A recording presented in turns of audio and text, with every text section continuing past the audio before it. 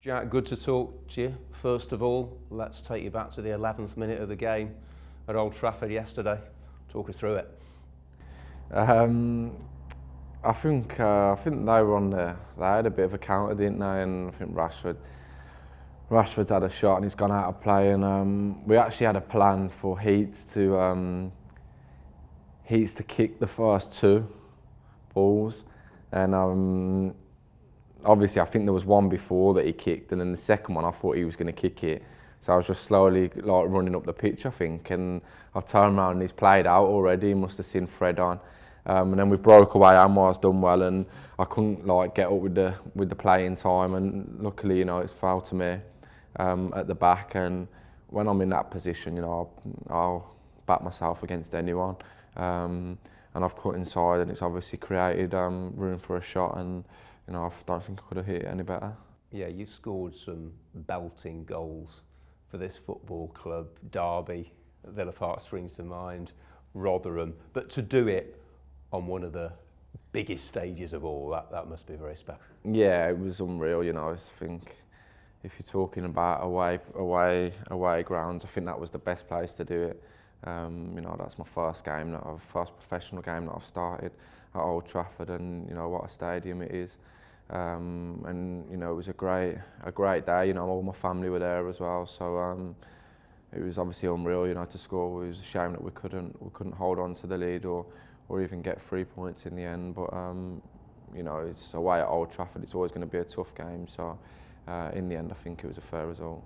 It was actually a perfect one for the TV cameras and a worldwide viewing audience as well, because as soon as you hit it, you just seem to get that perfect amount of curl on the ball. Yeah, that's what I says. When people have asked me about it, actually, I've said I don't know how I got actually so much curl on it.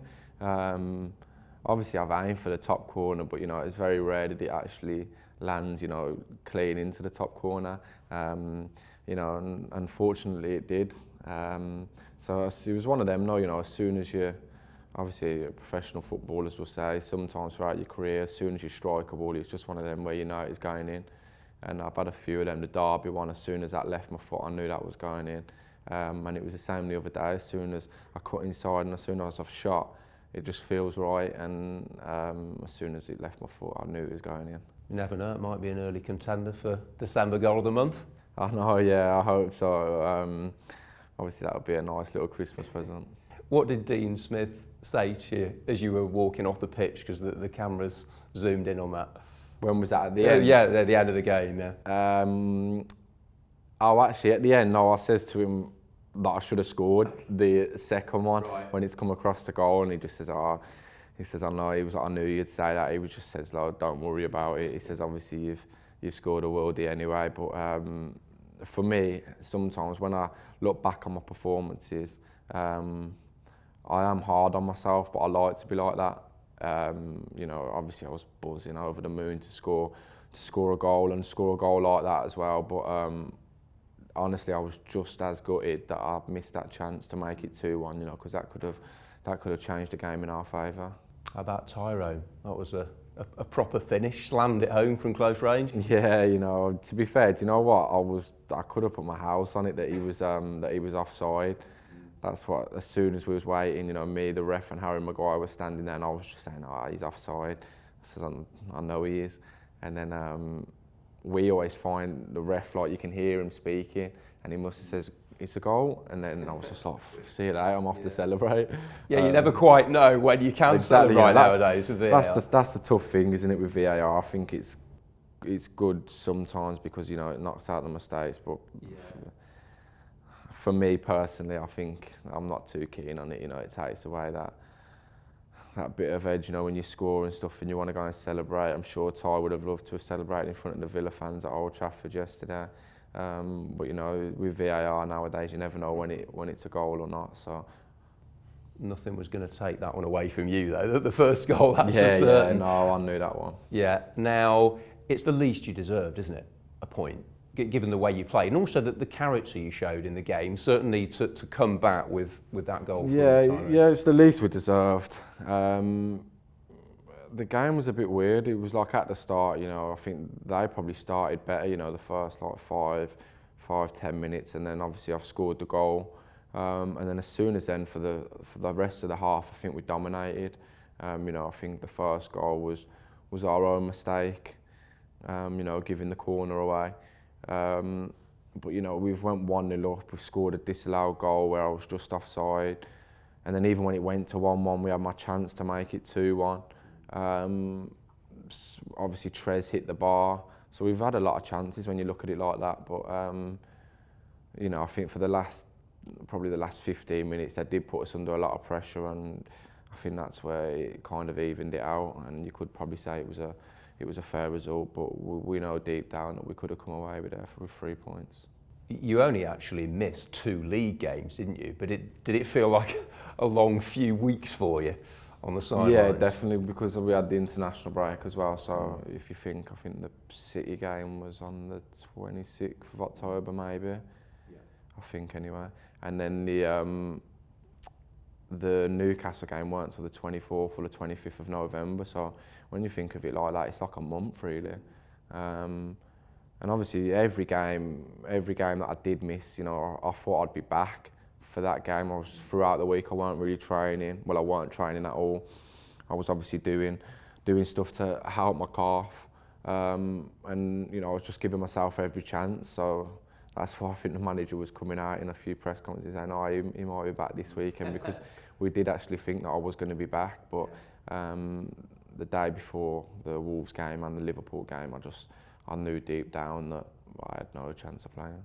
Yeah, going into this Chelsea game now, it's good that you've almost been sharing the goals around a bit as well, isn't it? You and Connor, the top of the scoring charts now, and Wesley's got a few, Anwar, John McGinn, and even Tyrone getting in on the act. Yeah, of course. That's what. If you want to be a successful team, you look at all the successful teams in the Premier League. It's not just 1 or 2 goal scorers. It's shared around the team. You look at the likes of Man City. They have their wingers scoring, their strikers, their midfielders.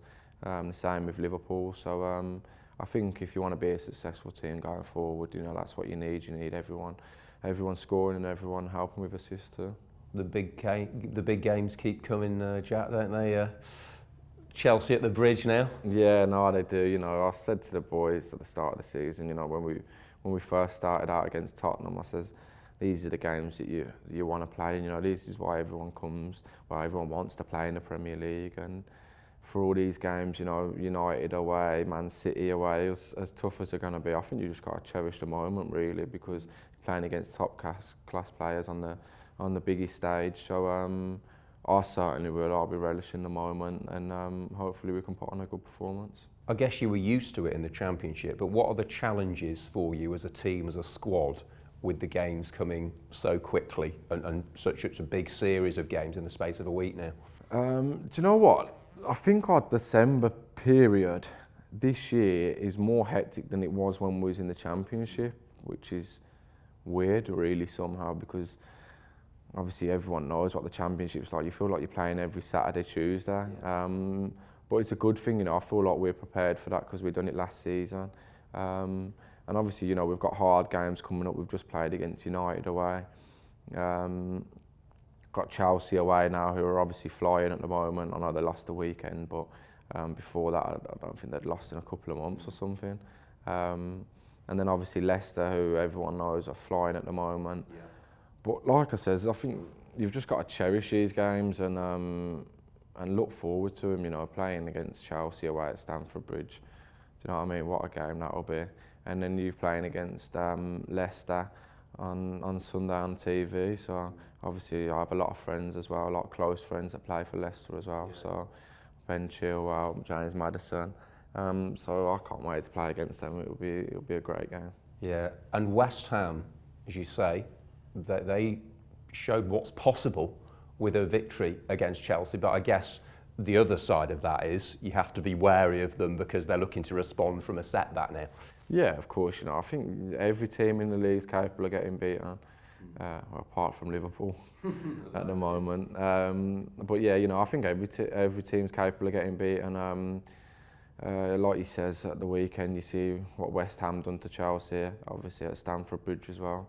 But for me, Chelsea are one one of the best teams in the league. I think they've got so much going forward. Their wingers, you know, are top class. Their midfield is top class, and obviously, you know, they have Tammy up front. But I did message him the other day saying, "I love you and stuff, but I do hope you're injured for the game." Yeah, just give us an impression as to his quality and the way he's taking to the Premier League, like you are. I've always known how good Tammy was. Honestly, always played with him for England, and if you look at his build and stuff, you probably know how good he is still, but you don't appreciate how good he is with the ball. And he is, honestly, he's just a brilliant player. And I always banter the manager and say, I says, why didn't you bring Tammy in, you know, just as a joke and stuff. And he always says, oh, I wish, he goes, we couldn't afford him. But yeah, I hope the Villa fans give him a brilliant reception, because he deserves it. You know, I think his penalty against West Brom, you know, will go down in history. You know, the commentary of it and stuff, and the goal itself. And I think he scored 25 goals, I think, last season to help this club back to where it belongs. So I hope Villa fans give him a great reception, because he deserves it, and he's obviously a great guy as well. Yeah. Wednesday night, make sure JT goes into the right changing room, by the way. But it's going to be a big one for him. It's great to have him in and amongst the place, isn't it, as a coach, and he might give you an insight into what Frank Lampard's thinking. Yeah, no, of course. Obviously, yeah, I think it would be JT's first time, I think, going back there, you know, since he left. So, you know, it'll probably be a bit of an emotional one, really, for him. But yeah, obviously JT, everyone knows, and I've said it a number of times since he's been here. You know, he's great to have around the place, in the dressing room before games, because he's one of them players where he's done, well, one of them people, but when he was a player, he's done so much. Do you know what I mean? You can't really not listen to what he's going to say, because you know everything that's coming out of his mouth is going to be truth, and obviously he's such an experienced player, so he helps everyone in there. And obviously me being captain, he was probably, you know, arguably one of the best captains in Premier League history. So you know, he helps me all the time, even like with my attacking side of the game. And Ty, Ezri, Bjorn, particularly, all of the central defence. I mean, they've got a perfect man to learn from. Yeah, at least twice a week, you know, we do unit work where the defenders go off with JT, the midfielders go with the gaffer, and the strikers go with Rich. So obviously JT takes the defenders off, and you know, they all love working with him, and how could you not?